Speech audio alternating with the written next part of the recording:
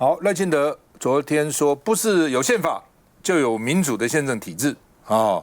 1946年通过的中华民国宪法，台湾没有派员参加，这当然引起蛮大的争议了。好，那国民党党史会还有这些资料说，当时哪些人参加，18个人啊，等等，还有呢，这个蔡英文、这个赖清德都相当推崇的李万居啊，当时参议会的副主席啊，还说他是这个民主先生啊。那怎么没有人参加呢？有啊，其实当时参的人也都是德高望重，阿狗阿猫是不可能被选上的了哈。那另外呢，所以你看陈水扁曾经赠送给李万居民主先生哈。那另外呢，所以他们说赖清德到底认不认识李万居？我不相信不认识的，应该知道了哈。所以呢，蒋万安说你不是这个卢秀燕说现在大罢免叫无差别哦，所以我说选举罢免创制复决啊，赖清德抓了这4个奖，所以用更大的民主来解决民主问题哈，其实错了哦。要解决民主的弊端，是要更落实监督与制衡。民主最重要的精神就是监督与制衡，因为叫 check and balance 哈。那所以呢，你什么叫更大民主？罢免是更大民主吗？不是啊，选举罢免、创制复决其实是平等的。那如果你说因为罢免就是更大的民主，那创制复决呢？那人民直接来算了，每天公投啊，每天有新的这个法案出来，那不是更大的民主吗？小罢免就你针对1、2个不适任的罢免，那可能是补救选举的这个漏洞。大罢免无差别，每个都罢免，这是民主的逆流，这怎么叫做民主？全世界你问谁说这叫民主？你问 AIT 那个处长看这是不是叫民主？哦，那所以呢，所以这叫无差别嘛，就是也不管你做的好不好，通通给你罢免了，通通是中共同路人，通通是中国代言人。蒋万安说这是诈骗集团这样干的哈。那说呢，而且不应该抹杀中华民国的历史了哈。那吴思瑶就说呢，台湾就算有代表，只有0.8%，不足以代表民意啊，好吧？那他300-400个，每一省都只有一点点啊，哦。那现在美国对不对？美国的这个参议员每州只有2个，加州可以说我人口这么多，对不对？这将近1亿啊，然后呢好几千万啊，然后呢我也只有2个参议员，我只有1/50啊，哦，100个里面2个不是1/50吗？对不对？这都很无聊的去扯这东西了哈。那另外呢，这个宪法第一次修宪就明示一中架构嘛。哦，赖清德说马英九是区长，马英九什么时候讲过这是区长？当然，按照我们的宪法精神以及两岸条例，有分成台湾地区跟大陆地区有这样子哦，有这样的分别哦。那这表示什么？表示我们不同意这个中华人民共和国的宪法嘛？我们认为它没有主权嘛，所以互不承认主权，互不否认治权嘛。就它没有，我们不承认宪法，所以它没有主权了，那还是我们的哦。这是我们至少这样坚持嘛哦。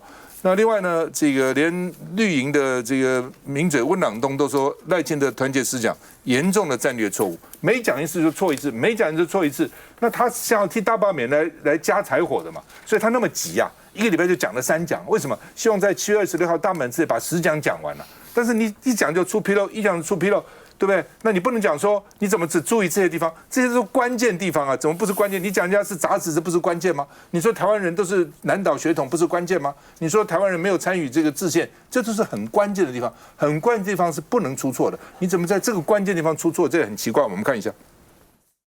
这是民国35年前总统蒋中正和第1届制宪国民大会代表合影，证明台湾省代表当时有赴南京参加。但总统赖清德却在团结国家10讲大喇喇称颁布宪法，台湾没有派人。光是照片里头就有第1届立法院长黄国书、李万居，总统就被酸怎么连这都不懂。但府方解释，总统原意是制宪代表，非普选。天哪！当他讲出这句话的时候，他不仅仅否定了中华民国的宪法，更否定了曾经在台湾一起共同努力创造民主自由制度的这一群台湾精英。为了纪念许世贤为台湾民主付出，嘉义县每年还会办音乐会来怀念。只是总统错的还不止这，连公布宪法时间都说是民国35年，但当时才宪法3读通过，正确来说是民国36年。总统可能是把公布跟制定啊，其实有点混淆啦。总统团结10讲第3讲一连错了好几题，从宪政体制错到解散国会制，说台湾解散国会权是被动，英法是主动。事实上，英国属于君主立宪制，解散国会是首相主动建议，并非君主自己决定。不管是赖清德也好，总统府的洗地也好，从史实错误凹到形而上的民主政治理论，赖清德、郭雅慧都在胡说八道。10讲才讲第3讲就漏洞百出，在野党此时此刻感谢总统提供炮火。都忘了这边还有一个制宪国代啊，不是修宪国代，我修的那个时候是1979年修的，就是赖清德认为到台湾你们才叫做制宪，那以前宪都不是宪嘛。对，我要强调的是，我要强调的是赖清德的眼中是他讲的中华民国是1949年以后，1949年之前基本上他是不承认的，他认为跟台湾没有关系。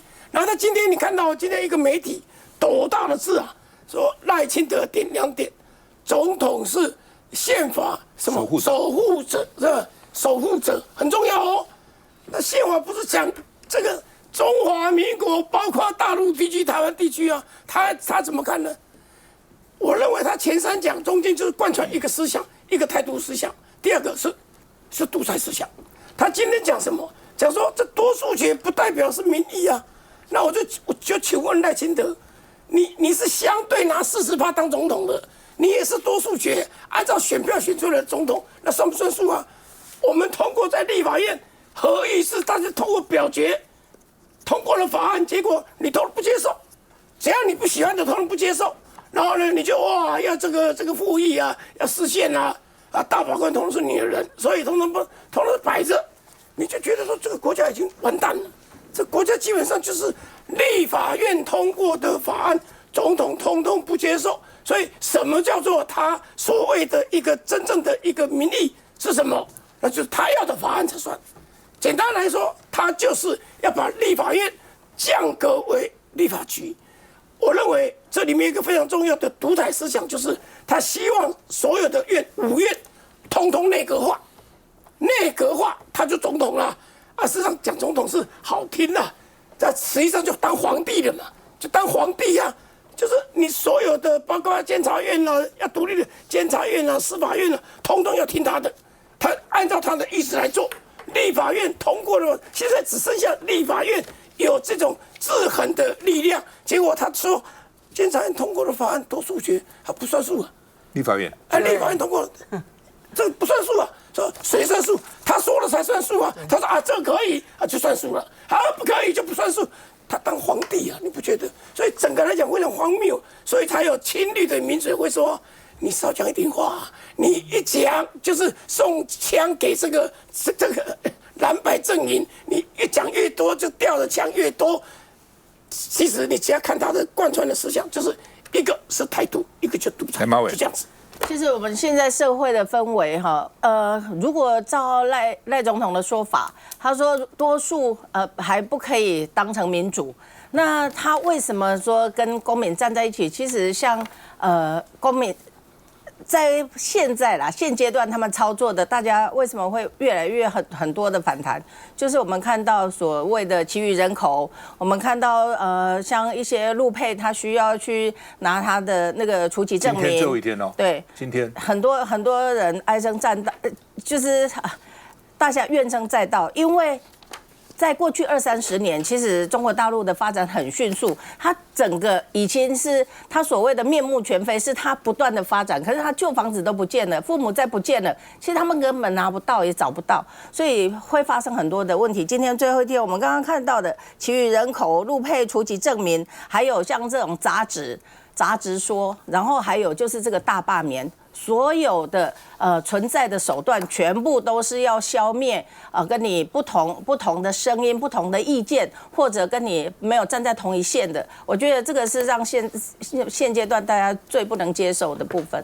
叶律师，我想其实大家一个民主国家有一个基本的概念，就是总统他选出来代表行政权，行政权要受到立法权的节制。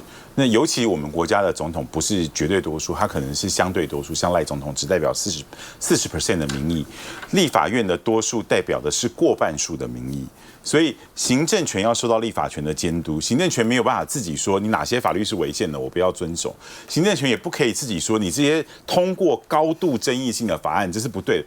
立法权要通过什么法案，不是要你行政权同意的，是立法权人民的代表觉得这个事情重要，我们的宪法上面讲的重要性的理论，行政权要做什么？如果涉及到根本重要性，就要经过人民选出来的代表代议士的同意。所以现在赖总统显然是搞错了，轻重缓急整个颠倒，认为说我是总统，我希望你们通过的法律你才可以通过，我认为不希望你们通过的叫做高度争议性法案，你蓝白不应该过这个法律，这完全是搞错了。立法院不是你总统的立法局啊！不是这个全世界民主国家的烂商是谁？英国。丘吉尔讲过一句话：英国国会除了不能生男生女以外，其他都可以做。国会的权力是非常大的，什么国会不能做这个，不能做那个。而且三权分立的国家，监察权就是在立法权里面嘛，对不对？你说今天这个民进党的委员不支持，我也很奇怪啊，你难道不重视自己的权益吗？在全世界看不到这种事情，这是跟立法权有关的，怎么会被监察权拿去呢？对不对？那赖清德他在选举的时候说中华民国宪法是灾难，然后现在要守护这个中华民国宪法，这不听得很错乱吗？我只想为什么有2个很基本的原因，他守护中华民国宪法就守护他自己，为什么？因为呢五权嘛，五权就是行政、立法、监察、考试、司法，立法权就是1/5啊，最好10权，那立法权更低了，就不要你们立法院有权吗？有什么权呢？对，现在这个行政。这个司法、考试、监察，他都可以掌控，只有立法权不能掌控，所以最好立法权被稀释，所以他赞成5权宪法了。另外，因为现在的宪法规定，总统要被弹劾或罢免，要2/3立法委员通过，那现在立法不可能吧？所以在这种情况之下，当然宪法好，宪法是他的保障人民权利之保障书，国家根本好吧？现在宪法是赖清德权利的保障书啊。所以立委就可以25%就可以罢免了，总统不行啊，立法院2/3通过，对他来讲，干嘛要修呢？来，王慧委员。我想我们前面讨论非常多，就是国际的情势，从以伊战争到俄乌战争哦，然后呢，再加上这个川普的这个关税哦，这每天变来变去，国际的情势已经这么的严峻的。但是我们可以看到，就是为什么大家会怀疑，就是说我们的这个副总统到捷克发生这个相关的一个可能这个疑似车祸这个事情。大家为什么会怀疑他的一个时间点？尤其是在这个726之前，就是要即将进行这个大罢免的这个事宜。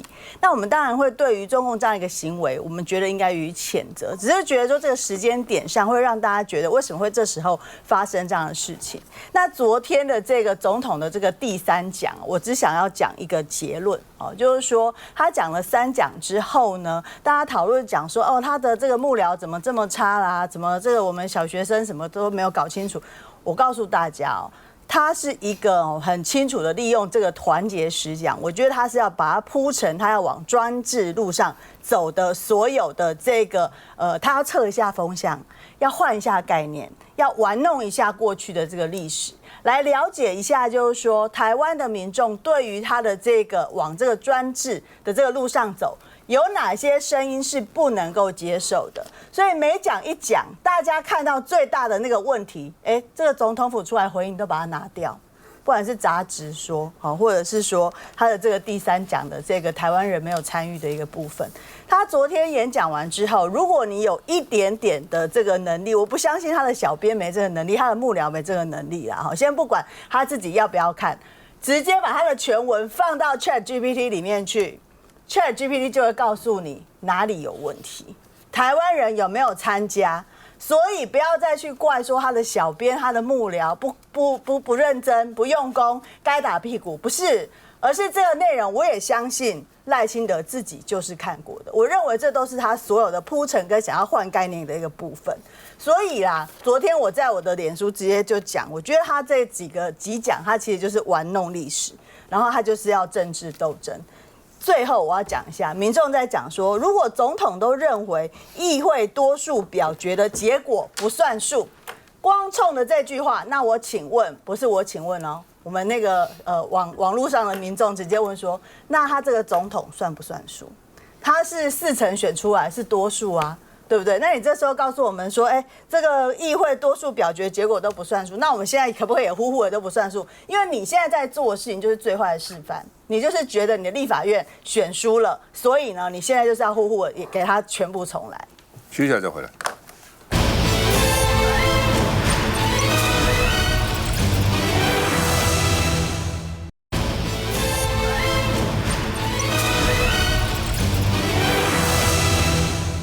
好，赖清德第一次表态说这是公民自主发起的大罢免，那民进党呢必须跟公民走在一起，要同行那另外呢说像青鸟大罢免跟野百合一样，目的是阻止共产党并吞台湾那另外呢，这个赖清德在民进党全代会第一次表态挺大罢免，黄国昌说不再扭捏作态，终于不演啦讲白啦那国民党团说反罢免就是不信任，就是对赖清德不信任投票，因为后面是赖清德发起的嘛那另外呢，这个有这个风传媒有说了说到底是去杂质还是去异己那杂质说它是违反民主的本质的那另外呢，这个网友也说，那40%就是公民60%就是杂质因为赖清德当时只有40%嘛所以呢，这个媒体是说赖清德是不是露了馅了青鸟这么嚣张乖张，已经成为反罢免的最佳助选员就是大家看青鸟这么这样搞这已经把台湾社会搞得很乱嘛那另外呢，游盈隆说，接下来绿营罢团都会一天比一天辛苦因为最近民调已经显示了。原来最早的时候呢，是这个好像罢免的声音比较大，那最近反罢的趋势比较高，而且愿意去投票也多了原来大概是反罢民调比这个罢免这个高，但是要去投票的罢免比反罢的高。那目前慢慢开始，似乎已经开始有这个扭转的这个趋势了那也是这个社会觉得才1年就把它罢免，这不公平不合理嘛我到很多市场都讲这看来呢。这是怎么会这样子呢？而且劳民伤财，不是说没有钱吗？那怎么干这个东西，干这个事情呢？而且20-30个一起给他罢掉没有道理的。我觉得事情有一个道理存在了所以卢秀燕说这是没有差别的报复性的行动嘛，这没有差别了就有差别说你这个人干不好把他罢掉，这没差别。看一下。大罢免进入最后阶段，总统赖清德终于表态，要求全党支持。台湾人民有感于国家的安危，这个月珍贵的力量再度出现，不但有青鸟飞出，公民也自主发起大罢免，民进党必须和公民同行。点名蓝白阻碍国家进步发展，民进党要和公民罢免在野党。国民党主席朱立伦批评仇恨、对立、分化同行，与民主的精神背道而驰。台北市长蒋万安也呛，演都不演了。民进党就是最大的诈骗集团，大家可以看到，一开始都一直推给公民团体，结果现在完全不演。无差别的这个罢免，那你可以看得出来说，它是一个报复性的行动。赖清德总统终于也不再扭捏作态，也不再遮掩了。我相信，守护台湾民主的这一仗，全体台湾的公民大家都要站出来。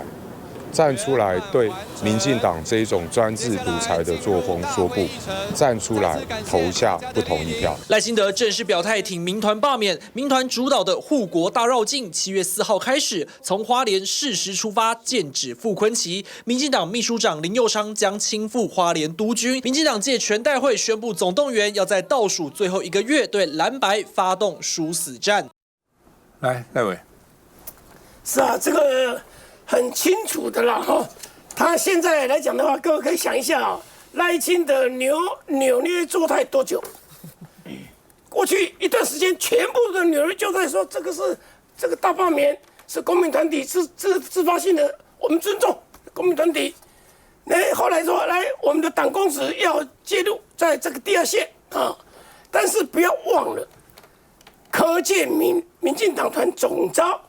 在去年1月13号选完第3天吧，1月15号就说了要大罢免，他就说这个民众党8席是没有用的了，你们要无条件的起义来归了，就讲这个话这个一副很嚣张的样子。好了，一路弄，各位你就看到一路弄，然后这个一路弄，那赖清德遮遮掩掩，现在好了，在全代会正式下令了，就与公民团体同行了。那就是很清楚嘛从柯建铭的讲话就知道，这一切就是赖清德他是主谋，这个柯建铭是操盘手，他们就是把盘掉了，选输这个翻桌，选书翻桌，各位，全世界没有人这样子的啦。你看来讲的话，拜登在参议院来众议院好像是输嘛，1席还2席，他还没有去罢免他，也没有啊。为什么罢免？我们是无差别待遇，所有的通通罢免，莫名其妙，这个要花多少钱啊？你想罢一个立委，大概政府就要花几千万了，有人讲7000万，有人讲5000万啊。那不管怎么样，30几个就10-20亿、20几亿，钱怎么来？人民的血汗钱都这样子乱花一通，然后最后，其实现在的氛围大家都知道，这个莫名其妙、没有道理的罢免，而且现在赖清德，你注意看到哦，他连续3讲都是在攻击在野党，我觉得这是一个很恶劣的总统。怎么你是总统你说如果你是主席，你来骂这个在野党还可以，但是你是总统，要团结的来不及，你还讲团结10讲，结果你的团结每一讲都是分裂，每一讲就是撕裂。哦，青鸟最好啦啊，这个什么是什么的，只要站在他那里都是好公民，只要不是的那就是杂质，就变成这个样子啊。所以整个社会因为赖清德一声令下，所有的民进党全力要投入。整个社会是被撕裂的。我选举选了这么多次，我觉得这次我最难过的就是什么？在过去我选的话，碰到民进党的他不会怎么样啊，他就不拿就好了，或者我知道他不投我，我知道他不投我还是握手，笑笑的，他也笑笑的，大家心照不宣。现在不是啊，就呛你呀，就变成好像我知道仇人呢，好像是仇人，见到只要意见不一样就仇人呢。然后赖清德还说什么，只有大罢免才能够恢复国家秩序，那是怎么样？现在没有国家秩序呀，我们现在没有在运作吗？现在行政院没有在运作吗？请问你，那是这个样子吗？怎么可以睁眼说瞎话，然后打击一起，然后只要不讲民进党的话，中共同路人。你看，连5月天派个自强隧道也是这样子，把人家要去公审，你干什么？台湾怎么会这个样子？好可怜啊！那范伟。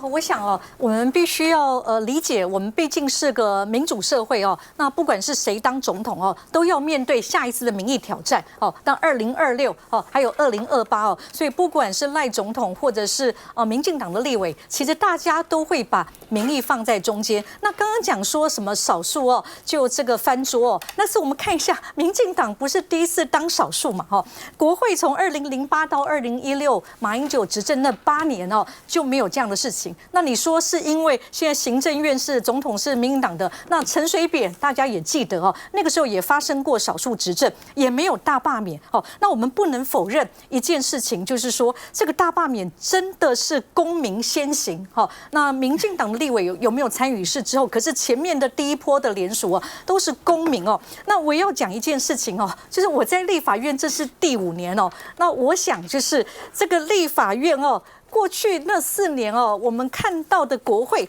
那包含大家讲的就是过去陈水扁执政的，或者是马英九执政的王金平主导下的国会跟现在不一样。那我觉得蓝白都不愿意面对，就是傅崐萁加韩国瑜的国会，从我做个立委来讲是失控的国会那国会扩权法案大家已经讲了，最大的问题就是没有讨论，没有在委员会里面实质讨论。那最近这2天才通过的这个法院的这个职权相关的法案，就是法院要不要直播变直播，不是不能讨论，有些部分国家也有，可是有非常严谨的规定。同样的，没有在司法法制委员会，那就是因为黄国昌想要，然后国民党傅崐萁就同意了。那大家看到的传出来的赖讯息，当然就是我们看到的，这是媒体报道的，就是要求蓝营一起来投票，结果蓝营没有一个委员上去说明。那我想当时傅崐萁跟我们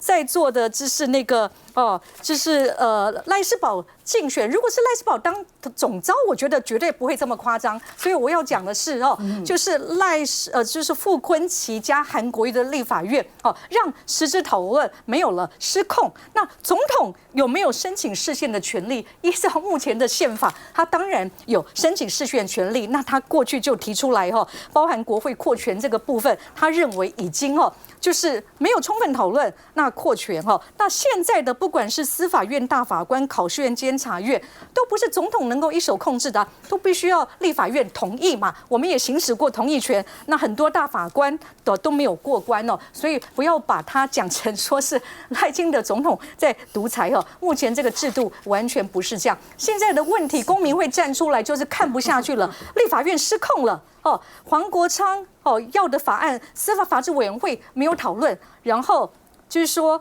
只办过一场，公听会还是民进党的召委办的那我觉得这是最夸张的事情。我的意思就是说，司法体制当然是可以讨论怎么改革，可是不能够连委员会的讨论都没有嘛。对。不过赖清德也有在昨天讲，他说他当立委12年，从来没有这个大法官判立法院的法律违宪7次。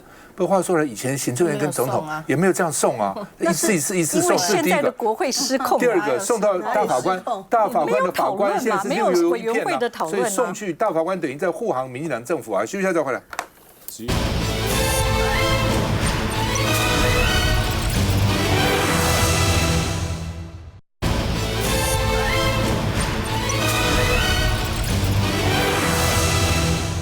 好，赖清德昨天的这个什么团结台湾10讲那第3讲谈宪政我整个听来大概就是2个重点第一个就是为大罢免找理由，第二个是为公民团体找理由，其实大概就是这样子好吧，那尤奕农说接下来一天会比一天辛苦了来，这个马委员怎么看？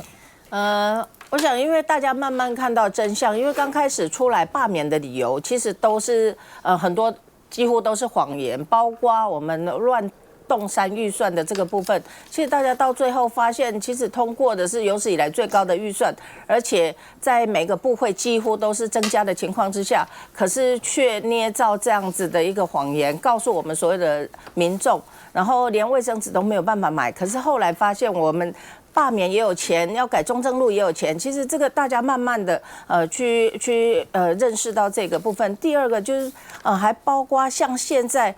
好不容易才刚选完，大家都没有犯错的情况之下，其实无差别的罢免，很多人觉得劳民伤财以外，真的会觉得就是输不起。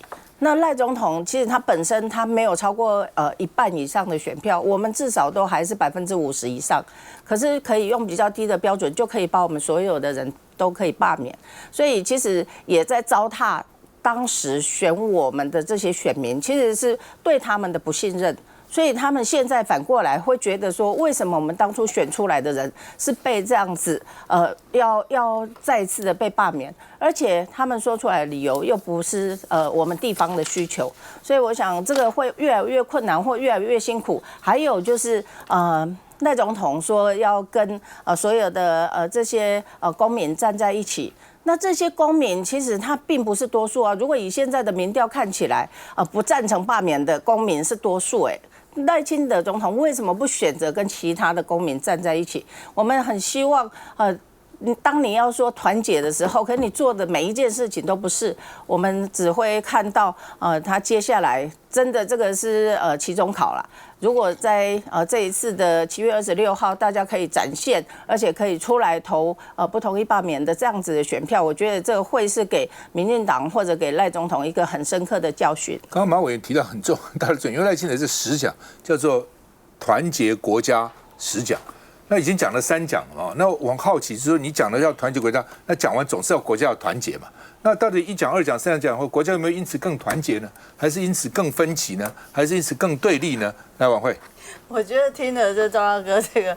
我们听了他3讲之后，我心里在想说，我都变成杂质，我怎么样跟他变得更团结？所以我觉得这段时间以来就是说杂质说已经变成不是说大家说着说着，好像笑着笑着真的要哭了，你知道吗？我觉得从赖清德这个上任以来的台湾真的是非常的对立那这次的团结10讲之后，我自己个人是没有看到更团结的趋向，我觉得是让大家就更对立。最近的这个青鸟。讲哦，有一些行为也到了一种，就是说他所塑造出来那个氛围，我觉得让民众很担心的。我自己一路从这个社会运动到这个进入到这个政治圈，我真的觉得我们现在的台湾怎么可以讲民主？民主根本就非常得体的。我即便是我想范老师以前也跟我们一样是在街头做这个复运的嘛，哈，但是我最少在那个时候在冲街头的时候，我从来不用担心我可能会被抓起来，我可能因为说了什么话被抓起来。但我现在觉得，好像你走在路上，你这样子拍照，只要青鸟过来，他就可以理所当然就说你在拍什么，你在拍什么这样子。删照片。对，他要求你要删照片，那可以打电话到电视台去，连跳个舞也不行。所以我觉得现在台湾已经到一种猎巫的这样的一个很莫名其妙的一个文化，我觉得对我们的孩子是一个非常不好的一个示范。他们现在会把这些话拿来开玩笑，可是讲久了之后，老师还要出来做这个公亲说啊，到底是到最后变霸凌怎么办？讲到最后人家彼此不舒服，然后一言不合打起来，这个真的不是我们希望看到的台湾呐。小孩子我今天听了一个故事，说一群国中生在打篮球。然后呢，一个大概就是那种陆配生的孩子，其他同学他打得不错，就说你是杂子，然后他就会过来说，那你是赖清德，同学你这很不好，就变成一个对立嘛。因为一旦选举，像赖委员讲的，你有你的支持者，我有我的支持者，基本上你说你的人好，我说我的人很好，大家来竞争，当然也会攻击对方，但基本上还是讲我自己人比你好嘛。现在因为没有对手了，就他一个在他的选区。就是他选就他一个，所以都是骂他的嘛，把他要形成像魔鬼一样，形成多坏多坏，那就造成很大的对立嘛。这个真的是赖清德讲的要团结台湾、团结国家吗？你哪有团结呢？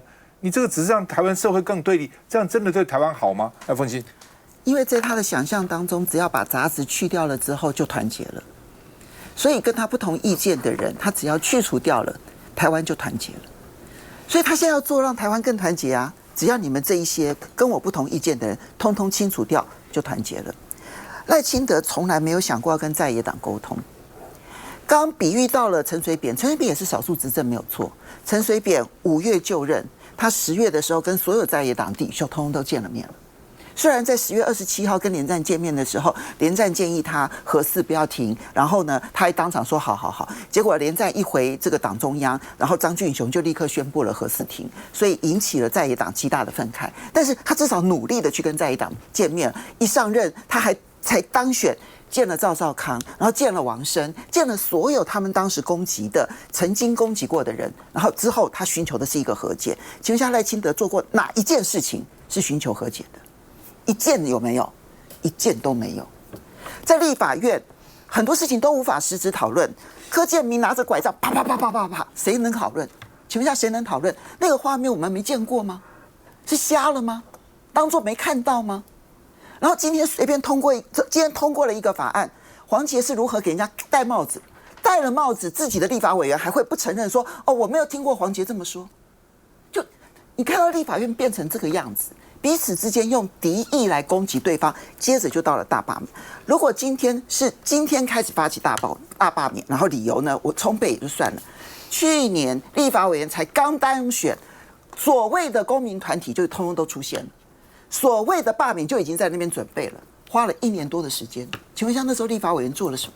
就是因为人家选出来是多数，你也是少数，所以你就可以拿公民团体之名。那我也是公民啊，那我也可以来反对你啊，有这种道理吗？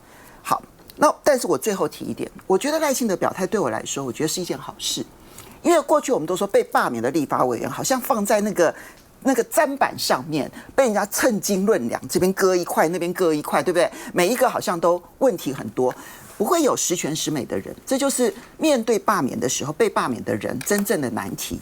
可是当你20-30个同步被罢免的时候，就不是个别的问题，而是全面性的问题。今天出来投票只有一个理由，今天赖清德走向的其实就是恶霸，那个霸还不是罢免的霸，而是霸王的霸。二霸。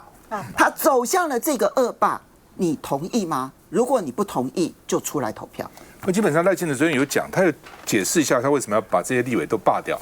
他说过去1年立法院做了什么事，他的理由啊，做了什么事？我就想说立法院过去做什么事，让立法院讨论很多事情，大家也没那么细去看。但我自然脑筋记得啊，80岁以上不要84两表啊，这立法院通过，这对台湾这个年纪这个年长化越来越多，是蛮有帮助。必须要到医院去，还要跟医生假装我不记得今天是礼拜几，我不记得是几月几号哦，100减7的话我不知道，其他都知道，但是我必须要装啊，不需要这样了。另外呢，放5天假，多5天假，这多5天假不是很好吗？劳工每天说你抢了我这个7天假，这是要把5天要回来了。另外呢，这个什么警消啊、军人待遇调整，这也是真的，这都是事实。立法院做了这些事啊，那我们再反问赖清德过去年做了什么，我真想不出来。就哪几件事真的大家都鼓掌说这件事是好的，他说没有啊。台湾面临这么多的问题，关税的问题，这个汇率的问题，少子化的问题，毒品泛滥的问题，青少年这个自强比例增加的问题，两岸的紧张的问题，这个护理师不足的问题，这个所谓急诊医师出走问题，一大堆问题啊，对不对？那你有发了多少薪水这上面呢？每天去搞那个大罢免，对不对？你大罢免，第一个你能不能成功也不知道，成功以后台湾社会会更好吗？我看也不会吧，休息下再回来。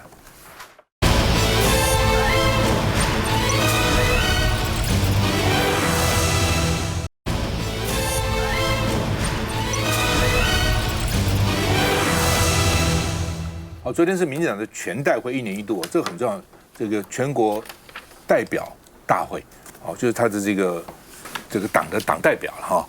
那蔡英文说身体不好，不是。所以不出席啊，蔡英文去年也没出席，今年还不出席啊。那我就觉得很奇怪，他没有多久以前才去什么这个立陶宛、芬兰、英国去访问，还发表演讲啊。我是看他精神跟体力都非常好，怎么突然身体就不适了呢？那就很奇怪啊哈。那所以我自己在脸书上就发表，媒体有报道啊，就说蔡英文。这是真的是不是吗？身体不适就不能去吗？这么重要的会议，还是他不赞成赖清德的用人为赖呢？对很多英系其实这个也不少也受到排挤了哈。那在这种情况之下，他的政策比如大罢免这些，是不是蔡英文支持的呢？其实民进党里面以前，比如包括陈水扁也不支持啊，吕秀莲、林濁水，这谢长廷昨天又改口了。其实以前也讲过，就是何必呢？民主就是最大的这个妥协的艺术嘛，民主基本上就是要沟通嘛。那赖清德从台南市议会那时候240天不去，就看出来个性是这样啊。议会我不理，我就不去了。然后呢，立法院不爽，我把你都罢免掉了。这是民主的一个风度，民主的一个态度嘛那蔡英文不出席，这也蛮奇怪的，到底是为什么？是真的身体不适，还是就是我就是不去，给你难看，表示我不支持你？我们看一下。前总统蔡英文身体不适，已是连2年缺席全代会，而原本一度没要出席的前主席苏贞昌也现身了。不发一语，苏贞昌低调走近，紧接前主席谢长廷也到场，因为这一次议程关键在2026提名条例。下一届县市长的提名方式，大家有没有补充意见？好，那我们就通过。各派系没有异议通过，台南、高雄确定办初选，并将以民调定为胜负。在台南的非线之争，两人擦肩而过，零互动。我们要相信民进党，要相信赖清德主席。根据过去的规定，几乎没有变动啊。目前有执政的县市大概都会办理初选。竞争激烈，以初选定为胜负。在高雄，则是面临4抢1，才因为诈领助理费遭起诉的民进党立委林岱樺，更是主动接受访问。岱樺现在民调第1名，就有责任继续领跑高雄队。市长当然是高雄市民。我那有先辛苦来民调。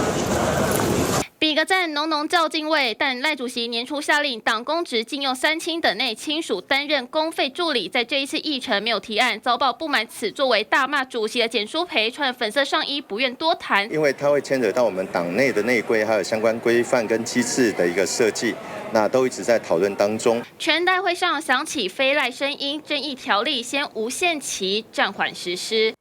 来，魏律师，没有啦，我觉得其实，就是赖主席看起来他在民进党里面显然就是定于一尊嘛，那蔡主席蔡总统为什么不去？